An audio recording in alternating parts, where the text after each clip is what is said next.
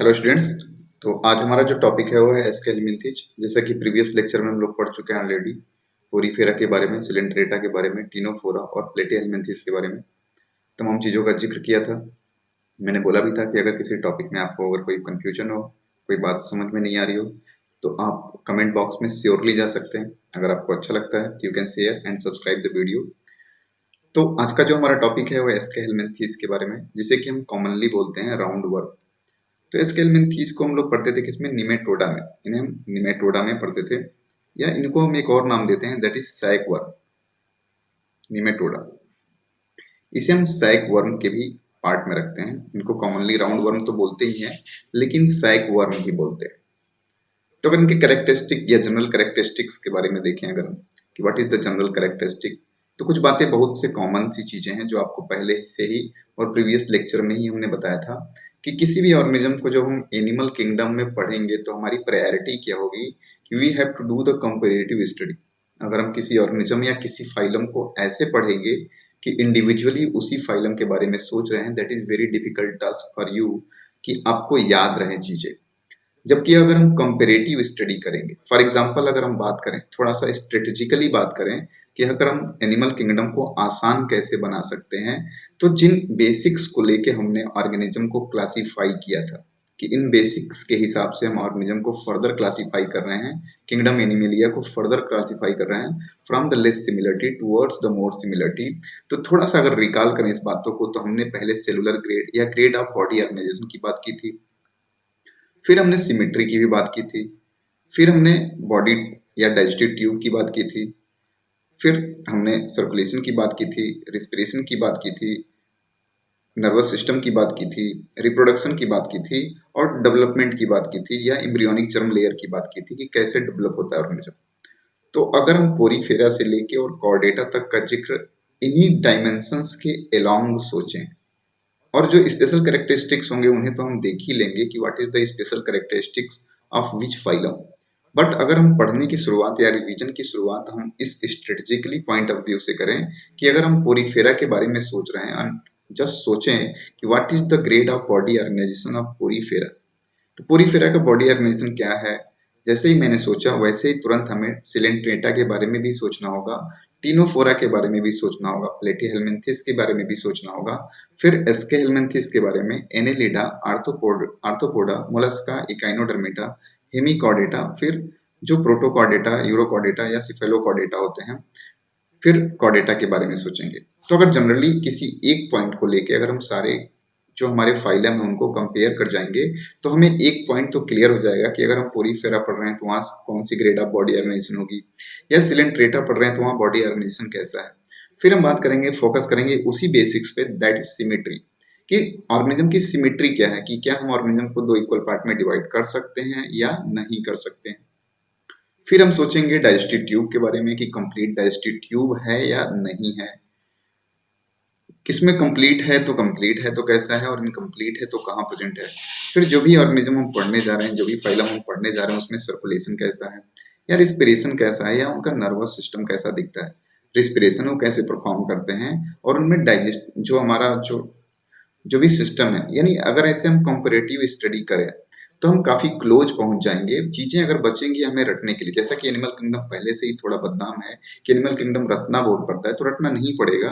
हाँ, दो चार एग्जांपल्स जरूर होंगे जिनको कि आप थोड़ा सा, लेकिन रटने की जरूरत नहीं है, एम्फेसिस करने की जरूरत है, क्योंकि जिंदगी का फितूर रहा है कि जिस चीज को आपने ज्यादा तवज्जो दी है वही चीज आपका साथ जल्दी छो जाती है। तो आपको पढ़ना ऐसे है कि एग्जाम्पल्स को इंटेंशनली रटना नहीं है।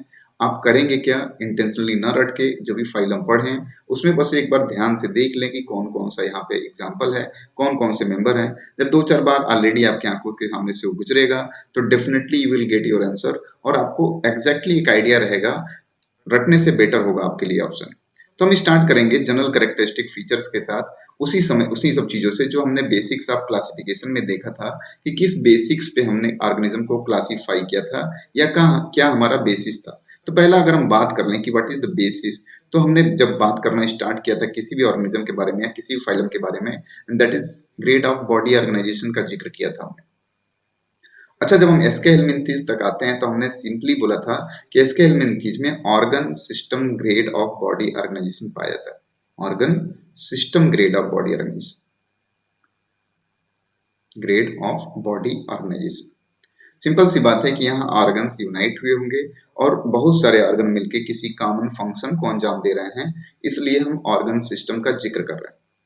क्योंकि हम शुरू से देखते आ रहे हैं, कहीं पे सेलुलर ग्रेड बॉडी ऑर्गेनाइजेशन था, कहीं पे टिश्यू ग्रेड बॉडी ऑर्गेनाइजेशन था, कहीं पे ऑर्गन ग्रेड बॉडी ऑर्गेनाइजेशन था, लेकिन यहाँ हम जिक्र कर रहे हैं organ system grade of body organisation की। इट मीन्स बहुत सारे ऑर्गन मिलके किसी पर्टिकुलर फंक्शन को अंजाम दे रहे होंगे। तो यहाँ जो बॉडी ऑर्गेनाइजेशन है that is organ grade of body organisation. फिर हम उसी सीक्वेंस में बात कर लें कि सिमेट्री की बात करें तो ऑर्गेनिज्म जो होगा that is bilaterally symmetrical, bilaterally symmetrical. ठीक है, बाइलेटरल सिमेट्री पाई जाएगी किसमें, एस्के हेलमिंथीज के जो मेंबर होंगे उसमें। फिर हम डाइजेस्टिव ट्यूब की बात कर लें, अगर डाइजेस्टिव ट्यूब की बात कर लें तो डाइजेस्टिव ट्यूब जो होगा, अब चूंकि हम आर्गन बोल सकते हैं तो यहाँ पे कंप्लीट डाइजेस्टिव ट्यूब पाया जाता है, कंप्लीट डाइजेस्टिव ट्यूब पाया जाता है यहाँ पे। कंप्लीट डाइजेस्टिव ट्यूब बोले तो जैसा कि हमने पहले ही बताया था कि कंप्लीट डाइजेस्टिव ट्यूब उसे कहेंगे the digestive tube which having two openings, एक जो माउथ की तरह एक्ट करे और एक जो है एनस की तरह एक्ट करे। अगर कहीं पे ऐसा प्रेजेंट है तो हम बोलते हैं कंप्लीट डाइजेस्टिव ट्यूब। फिर हम जिक्र करें कि जो भी ऑर्गेनिज्म है वो किन जर्म लेयरों से मिलकर बना हुआ है, तो अगर हम देखें तो जो एस्के हेलमिंथीज के मेंबर होते हैं वो ट्रिप्लोब्लास्टिक होते हैं, ट्रिप्लोब्लास्टिक। ट्रिप्लोब्लास्टिक बोले तो कोई भी ऐसा ऑर्गेनिज्म जिसमें कंप्लीट बॉडी या होल बॉडी ऑर्गन या जो whole body part that is made up of embryonic ectoderm, mesoderm और एंडोडर्म। यानी कंप्लीट ऑर्गेनिज्म को बनाने में जब तीनों जर्म लेयर पार्टिसिपेट करती हैं तो उसे हम ट्रिप्लोब्लास्टिक कहते हैं। क्लियर है, यहाँ तक हो सकता है कोई कंफ्यूजन ना हो। तो हमने organ system grade of body organisation देखा, सिमेट्री देखी, डाइजेस्टिव ट्यूब देखा कि कंप्लीट टाइप का डाइजेस्टिव, और ब्लास्टिसिटी देख ली कि एक्टोडर्म, मेसोडर्म और एंडोडर्म से बना हुआ कि नहीं हुआ। सबसे हिट जो क्वेश्चन है, हमने बात की थी सीलोम की। सीलोम का जब जिक्र किया था तो हमने बताया था कि ऑर्गेनिज्म बेसिस पे देखें अगर सीलोम के, तो पहले हम सीलोम के बारे में जानने की कोशिश करेंगे कि सीलोम हम कहते किसे। सीलोम को हम ट्रू बॉडी कैविटी कहते हैं, सीलोम इज द कैविटी। लेकिन ट्रू बॉडी कैविटी हम या ट्रू सीलोम उसे ही कहेंगे जब वो बॉडी कैविटी कंप्लीटली बना हो किससे, मेसोडर्म से, और सराउंडेड भी हो मेसोडर्म से। तो जो हमारे स्यूडो या हमारे जो एस्के हेलमिंथीज होते हैं दे आर स्यूडोसिलोमेट। बहुत बार आपके नीट एग्जाम में पूछा गया है, यानी स्यूडोसिलोमेट कहने का मतलब कि बॉडी कैविटी तो होगी लेकिन ट्रू नहीं होगी। ट्रू नहीं होगी तो दो कंडीशन जो हैं किसी सीलोम को डिफाइन करने का, डेफिनेट सी बात है कि वो दो कंडीशन जस्टिफाइड नहीं होंगी, इसलिए हम ऐसा बोल रहे हैं। अच्छा, जब हमने जिस डाइजेस्टिव ट्यूब का जिक्र किया था तो हमने बताया था कि माउथ और एनस दोनों प्रेजेंट होता है, तो हम बोलते हैं कंप्लीट डाइजेस्टिव ट्यूब। ऐसे डाइजेस्टिव ट्यूब में भी हमने दो चीजों का जिक्र किया था कि अगर माउथ पहले बनता है, if mouth form first, mouth पहले बनता है तो उसे हम बोलते हैं प्रोटोस्टोमेट, प्रोटोस्टोमेट। तो जो हमारा एस्के हेलमिंथीज के मेंबर होते हैं वो प्रोटोस्टोमेट होते हैं। यहाँ पे कंप्लीट डाइजेस्टिव ट्यूब तो होता है और जो डाइजेस्टिव ट्यूब होता है उसमें जो माउथ होता है वो पहले बनता है। ठीक है, प्रोटोस्टोमेट होते हैं। अब डाइजेस्टिव ट्यूब कंप्लीट टाइप का पाया जाता है तो हम बोलते हैं tube within tube body plan, tube within tube body plan. ये तो बात हो गई जो जनरल कैरेक्टरिस्टिक्स जिसके बेसिस पे हमने ऑर्गेनिज्म को या फाइलम्स को क्लासिफाई किया था, तो एक मोटा मोटी आइडिया हो गया। लेकिन अब एस्के हेलमिंथीज के बारे में कुछ स्पेशल कैरेक्टरिस्टिक्स के बारे में बात करें तो एस्के हेलमिंथीज के जो मेंबर होते हैं वो मोस्टली पैरासिटिक होते हैं, मोस्टली पैरासिटिक, मोस्टली पैरासाइट होते हैं, मोस्टली पैरासाइट होते हैं। अच्छा, पैरासाइट होते हैं तो इनका कुछ अपना एडॉप्टेशन होता है। इस एडॉप्टेशन के हिसाब से अगर हम बात करें तो जो इनकी बॉडी वॉल बनी होती है, मान लीजिए कि हम बॉडी वॉल का जिक्र करें तो सपोज करिए बॉडी वॉल है, तो बॉडी वॉल की जो सिंथेथियल पैरासिटिक एडॉप्टेशन में क्या होता है कि जो सिंथेथियल एपिडर्मिस होती है, जो सिंथेथियल एपिडर्मिस होती है उसके ऊपर एक लेयर पाई जाती है that is known as cuticle, that is known as cuticle. तो बॉडी वॉल जो सिंथेथियल एपिडर्मिस होगी उसके ऊपर क्यूटिकल पाई जाएगी, एंड क्यूटिकल का पाया जाना इज द पैरासिटिक एडॉप्टेशन, कि जिस ऑर्गेनिज्म में एंडोपैरासाइट के फॉर्म में रह रहे हैं तो ऐसा ना हो कि डाइजेशन के लिए या फूड एब्जॉर्प्शन के लिए हैं तो होस्ट का डाइजेस्टिव जूस ही इनको डाइजेस्ट कर जाए। दैट्स वाई इनके अंदर एक अपना एडॉप्टेशन है कि बॉडी वॉल जो सिंथेथियल बॉडी वॉल होती है, जो सिंथेथियल एपिडर्मिस होती है उसके ऊपर एक क्यूटिकल का फॉर्मेशन करते हैं, सिंथेथियल एपिडर्मिस के ऊपर क्यूटिकल का क्या करते हैं, फॉर्मेशन करते हैं। ठीक है। अच्छा, डायस्टेटिव ट्यूब की हमने बात कर ली, तो इनका डायस्टेटिव ट्यूब जब हमने देखा तो कंप्लीट टाइप का डायस्टेटिव ट्यूब होगा। डायस्टेटिव ट्यूब इनका कैसा होगा? कंप्लीट टाइप का होगा। फिर इसका जिक्र करें तो कंप्लीट बोलने का मतलब है कि माउथ और एनस दोनों प्रेजेंट होगा। तो डायस्टेटिव ट्यूब के पास मस्कुलर फेरिंग्स होगा। Digestive tube having muscular pharynx.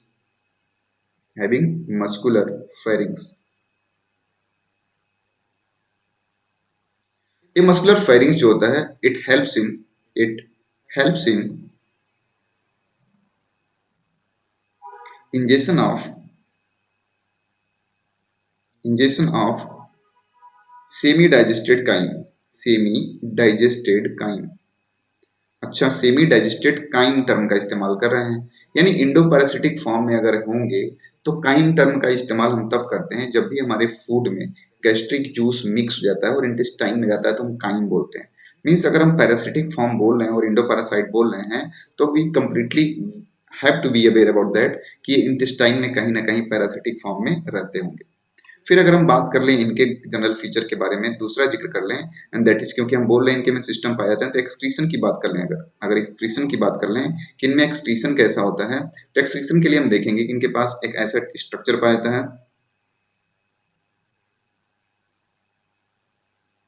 तो हम बोलते हैं कि excretion is via H shaped renette cell.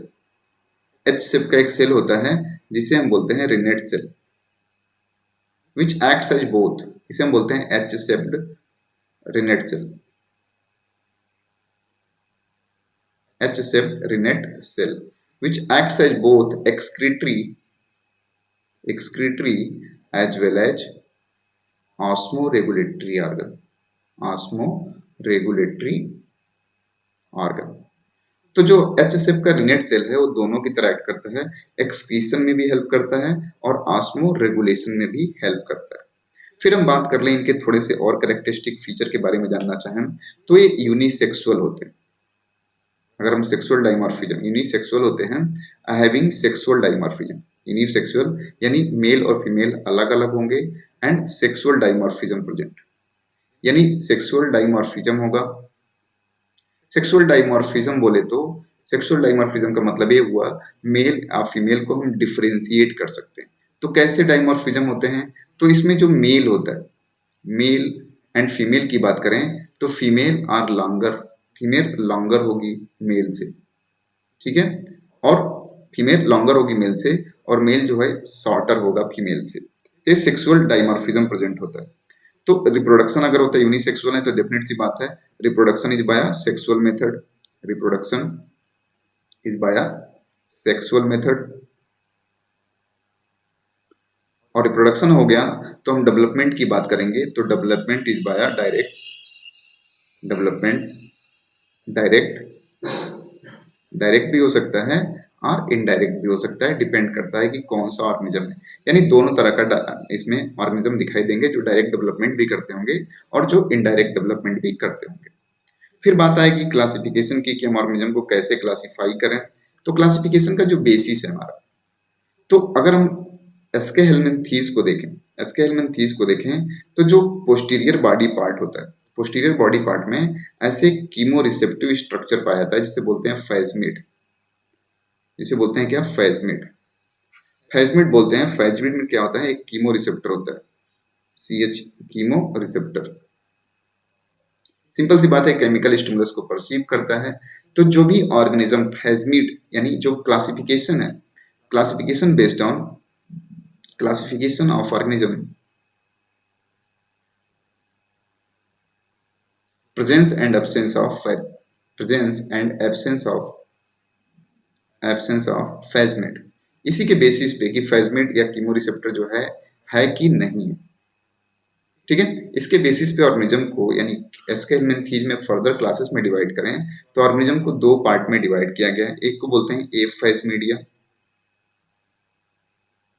तो एफ फेजमिडिया नाम ही बता रहा होगा, ए मतलब एब्सेंट, फेजमिडिया मतलब फेजमिड, यानी ऐसा ऑर्गेनिज्म जिसमें ए फेजमिड या कीमोरिसेप्टर नहीं पाए जाते हैं। जिसका एग्जांपल अगर हम लें, इसका एग्जांपल लें तो डेट इज ट्राइकिनेला स्पाइरिलिस। ट्राइकिनेला स्पाइरिलिस, जिसे हम एक और नाम देते हैं ट्राइकीनिया वर्म। ट्राइकीनिया वर्म। फिर दूसरा एग्जांपल अगर हम लें तो ट्राइच्यूरा ट्राइच्यूरिस, ट्राइच्यूरा ट्राइच्यूरिस जिसे हम विप वर्म बोलते हैं। तो ये दो मेंबर जो हो गए उन्हें हम ए फेज मीडिया में रखते हैं, विप वर्म कहते हैं। ट्राइकिनेला स्पाइरलिस जिसे ट्राइकिनिया वर्म कहते हैं और ट्राइच्यूरा ट्राइच्यूरिस जो होता है उसे विप वर्म कहते हैं। ये दोनों ए फेज मीडिया के मेंबर हैं, यानी इनके पास कीमो रिसेप्टर नहीं पाया जाता है। फिर हम बात करें जिनके पास कीमो रिसेप्टर होगा उन्हें रखते हैं किसमें, फेज मीडिया में। तो फेज मीडिया में अगर हम देखेंगे तो फेज मीडिया का जिक्र करें तो इसके एग्जांपल में पहला तो आपका जो सबसे फेमस है एस्केरिस लम्ब्रिक्वाइड। एस्केरिस लम्ब्रिक्वाइड को हम कॉमन राउंड वर्म बोलते हैं, कॉमन राउंड वर्म। फिर दूसरा जो मेंबर होता है उसे हम कहते हैं उचेरिया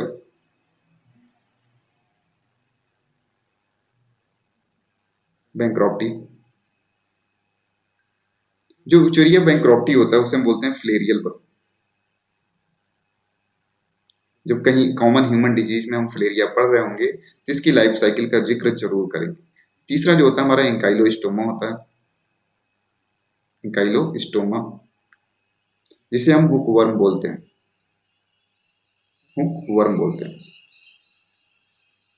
इंट्रोबियस होता है, इंट्रोबियस होता है।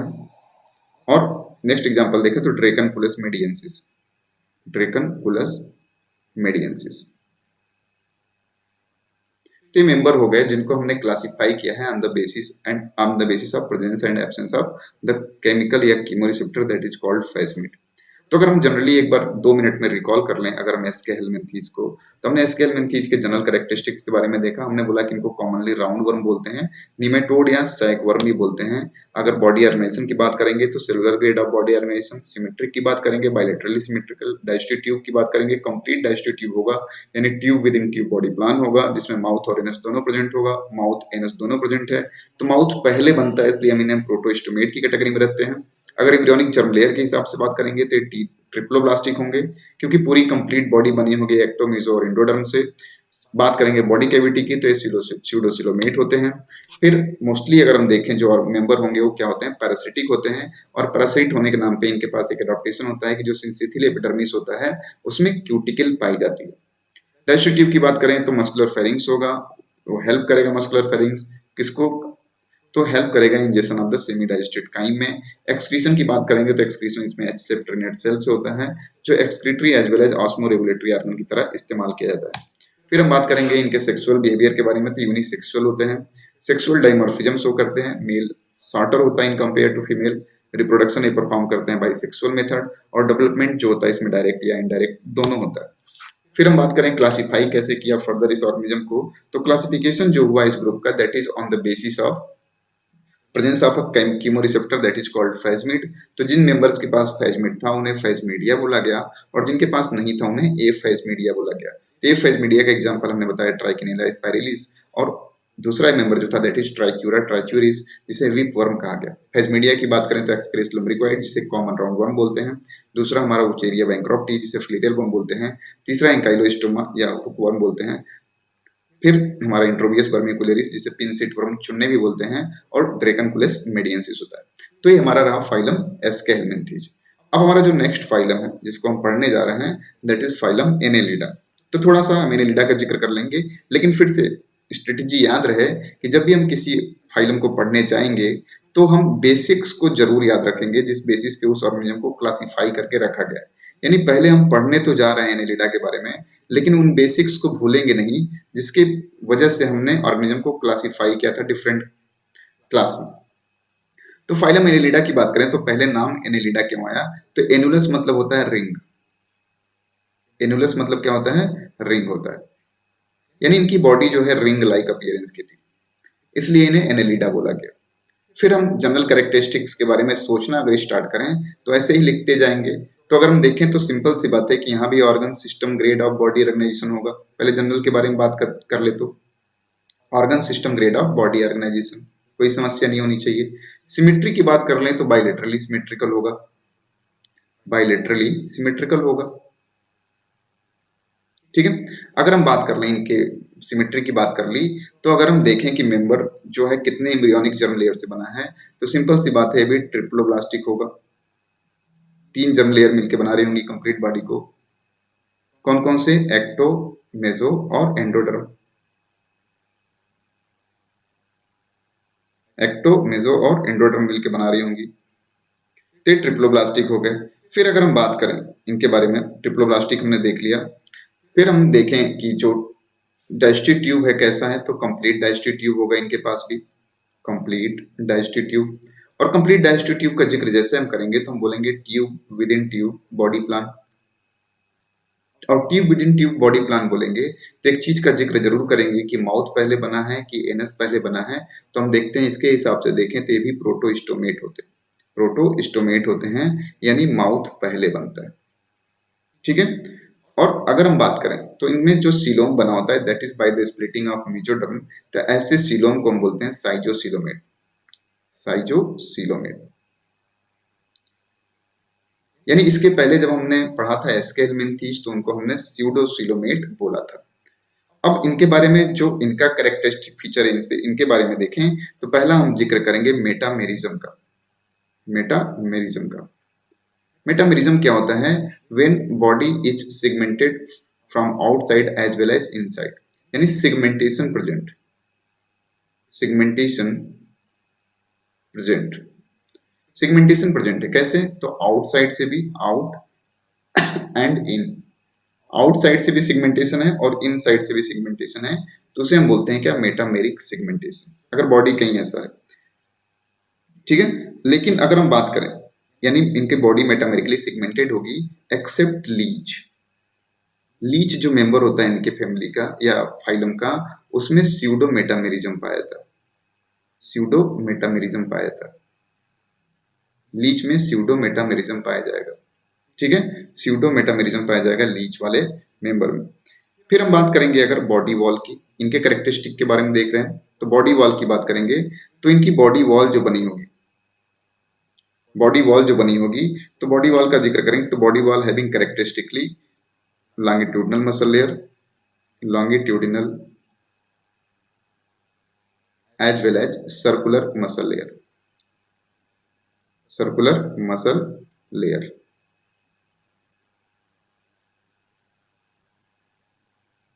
तो इनकी बॉडी जो बनी होगी लॉन्गिट्यूडनल और सर्कुलर मसल लेयर की बनी होगी। ठीक है। तो मेटामेरिक सेगमेंटेशन का मतलब क्या होता है कि when body is segmented from both side external as well as internal, तो एक्सटर्नल और इंटरनल, इसलिए हम जब देखते हैं जो एनुलस यानी इनकी बॉडी जो इनको नाम दिया गया है, इनकी बॉडी कुछ ऐसे रिंग टाइप का दिखाई देता है और सेगमेंटेड दिखाई देती है बाहर से।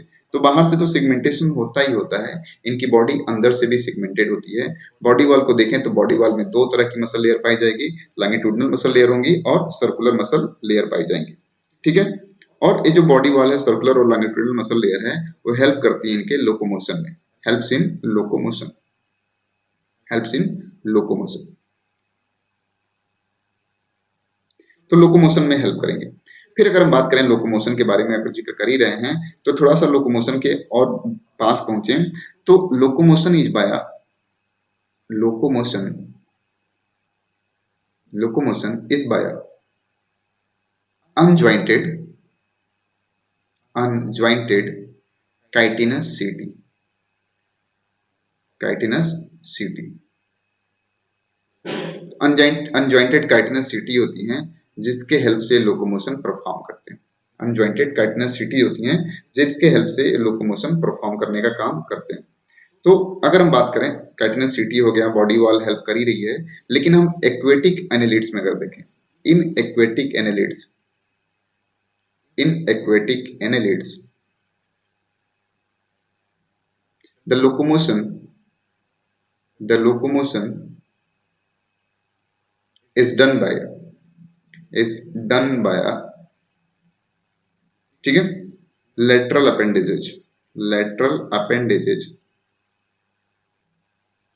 and that is parapodia, parapodia कहते हैं उसे। इसका एग्जांपल लें तो एग्जांपल लेंगे नेरिस, नेरिस। यानी अगर हम बाकी मेंबर्स की बात करें तो उसमें जो लोकोमोशन हो रहा होगा वो किसके थ्रू हो रहा होगा? That is by the chitinous setae and body wall muscle layer जो होती है। लेकिन अगर हम एक्वेटिक एनेलिड यानी हम एनेरिस की बात करें तो नेरिस में लेटरल अपेंडेज यानी पैरापोडिया जो होता है वो इनके लोकोमोशन में हेल्प करता है। अगर हम बात करें एक्सक्रीशन की, इसमें एक्सक्रीशन की बात करें मेंबर ऑफ एनिलिड्स में, तो एक्सक्रीशन जो होता है that is by the nephridia.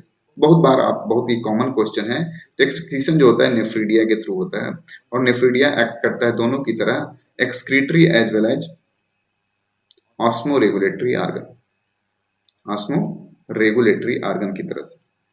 फिर जो सबसे कॉमन या है इनके पास देखें तो that is blood vascular system. इनके ब्लड वेस्कुलर सिस्टम के बारे में जिक्र कर लें। पहले तो हमारे सिलेबस में हुआ करता था अर्थफॉर्म, तो काफी समझ में आता है, लेकिन अभी तो है नहीं, तो फिर भी देख लेते हैं ब्लड वेस्कुलर सिस्टम क्या होता है। तो इनका ब्लड वेस्कुलर सिस्टम जो होता है, अभी हम पहली बार ब्लड वेस्कुलर सिस्टम का यहाँ जिक्र कर रहे हैं, इसके पहले हमने किसी फाइलम में ब्लड वेस्कुलर सिस्टम का जिक्र नहीं किया है, तो आप ईयर्स फर्स्ट टाइम बोल सकते हैं कि यहाँ पहली बार ब्लड वेस्कुलर सिस्टम टर्म का इस्तेमाल कर रहे हैं।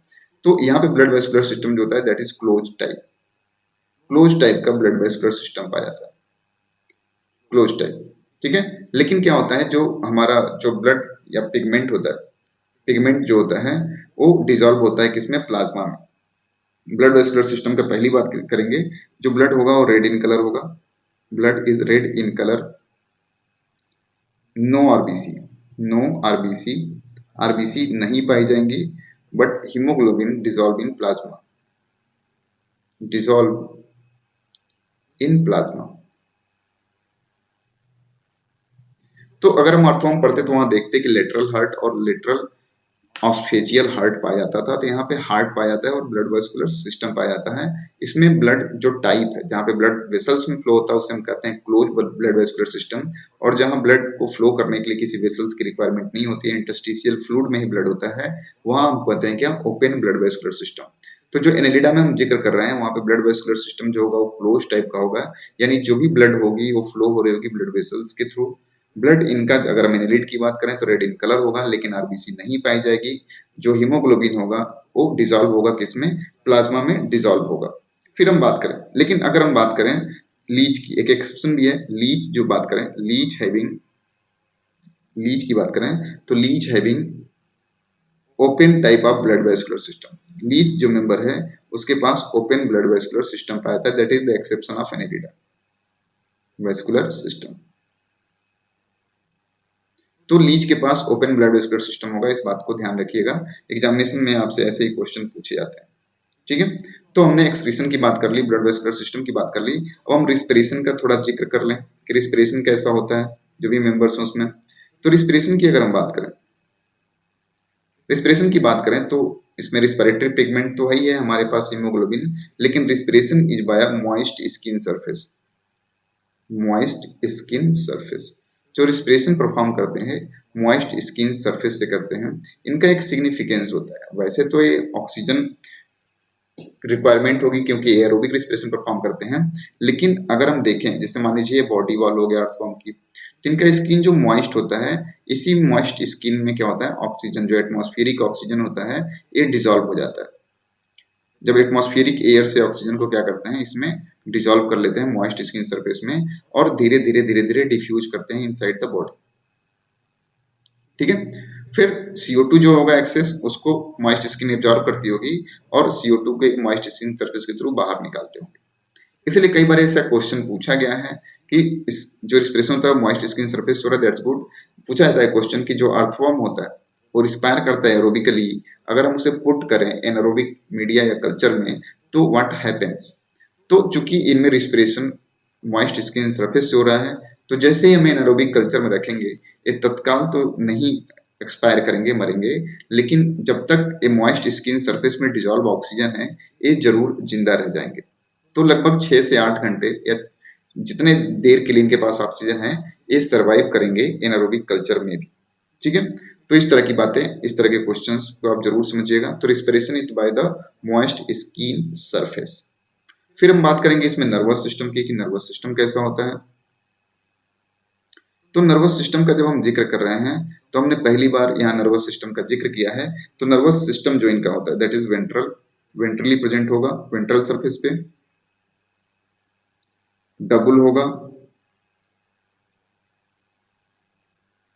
और सॉलिड नर्व कॉर्ड होगा। सॉलिड है, लेकिन डबल होगा अपीयरेंस में, डबल होगा but appears single, appears single. कैसे होगा ऐसे देखने का प्रयास करते हैं। जो इनकी गैंग्लियन होती, अगर हम कलर अलग कर दें, चेंज कर दें, तो जो गैंग्लियन होती है, जैसे मान लीजिए गैंग्लियन हो गया, तो गैंग्लियन जब एराइज होता है, जैसे नर्व कॉर्ड जो हो गया, तो गैंग्लियन हो गई ऐसे, और नर्व कॉर्ड जब एराइज होता है ऐसे और सेगमेंट्स में रंग फ्लो करता है, तो इसके चारों तरफ से एक सीथ कवर कर लेती है, चारों तरफ से एक सीथ कवर कर लेती है। तो अगर हम कट सेक्शन में देखेंगे तो हमें सिंगल दिखाई देगा। तो हम बोलते हैं कि नर्वस सिस्टम जो होता है वेंट्रल होता है, डबल होता है, बट अपीयर होता है कैसा, सिंगल होता है। और जो नर्व कॉर्ड होता है वो क्या होता है, सॉलिड होता है। तो nervous system is represented by nerve ring, represented by nerve ring and nerve cord. जो इनका नर्वस सिस्टम होता है दो चीजों से रिप्रेजेंट होता है, नर्व रिंग से और नर्व कॉर्ड से।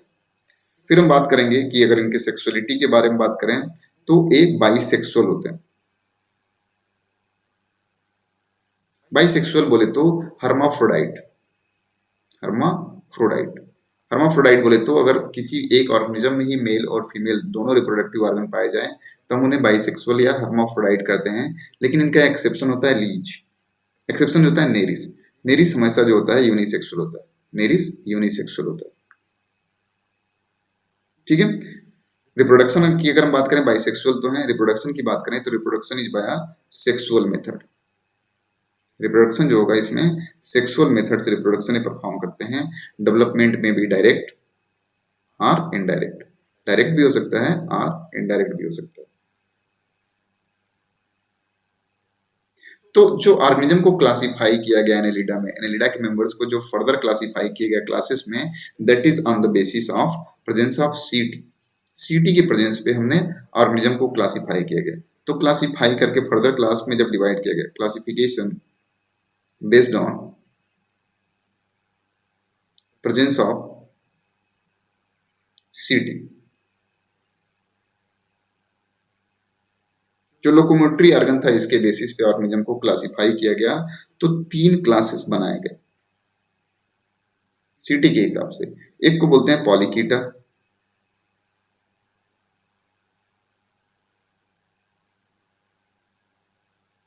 दूसरे को बोलते हैं क्या, ओलिगोकीटा, और तीसरे को बोलते हैं हेरोडिन।